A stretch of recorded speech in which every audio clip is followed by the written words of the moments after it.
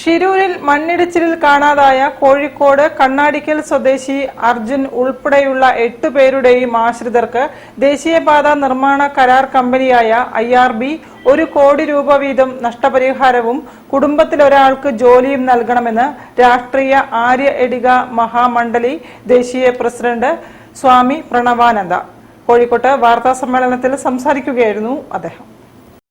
ഈ ദുരന്തം വരാനുണ്ടായ സാഹചര്യം എന്താണ്? ഇതിനെക്കുറിച്ച് നമ്മൾ ആലോചിക്കേണ്ടതായിട്ടുണ്ട്. കുന്താപുരത്തിൽ നിന്ന് ഗോവ ബോർഡർ വരെയുള്ള കാൻകോൺ വരെയുള്ള ഈ രാഷ്ട്രീയ നാഷണൽ ഹൈവേ ദേശീയപാത നിർമ്മിക്കാൻ വേണ്ടിയിട്ട് NHA നാഷണൽ ഹൈവേ അതോറിറ്റിയിൽ നിന്ന് കോൺട്രാക്ടിംഗ് എടുത്തിരിക്കുന്ന ആരാണ്? IRB. മലയുടെയും നദിയുടെയും മധ്യത്തിൽ നമ്മൾ റോഡുകൾ ഉണ്ടാക്കുമ്പോൾ പാലിക്കേണ്ടതായിട്ടുള്ള ഒരു തരത്തിലുള്ള സുരക്ഷാ മാനദണ്ഡങ്ങൾ പാലിക്കാതെയാണ് ഈ റോഡിന്റെ വർക്കല നടത്തിയിട്ടുള്ളത്.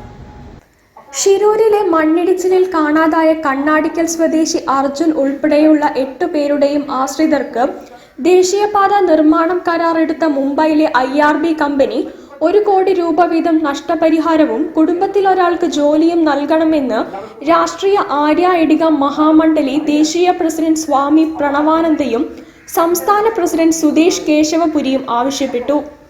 IRB കമ്പനിയുടെ MDക്കും ഡയറക്ടർമാർക്കും എതിരെ കൊലക്കുറ്റത്തിന് കേസെടുക്കണം.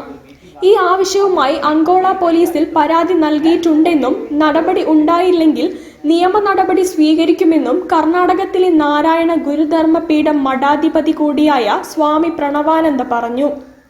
എല്ലാം അർജുന്റെ കുടുംബത്തിനും കൂടെ കിട്ടാവുന്ന രീതിയിലുള്ള കാര്യങ്ങളും നമ്മൾ 100% ചെയ്യും. അർജുന്റെ വീട് സന്ദർശിച്ച സ്വാമി പ്രണവാനന്ദ കുടുംബാംഗങ്ങളെ ആശ്വസിപ്പിച്ചു. News bureau, Kozhikode. Net banking വഴി പണം ട്രാൻസ്ഫർ ചെയ്തെന്ന് തെറ്റിദ്ധരിപ്പിച്ച് രാമനാട്ടുകരയിലെ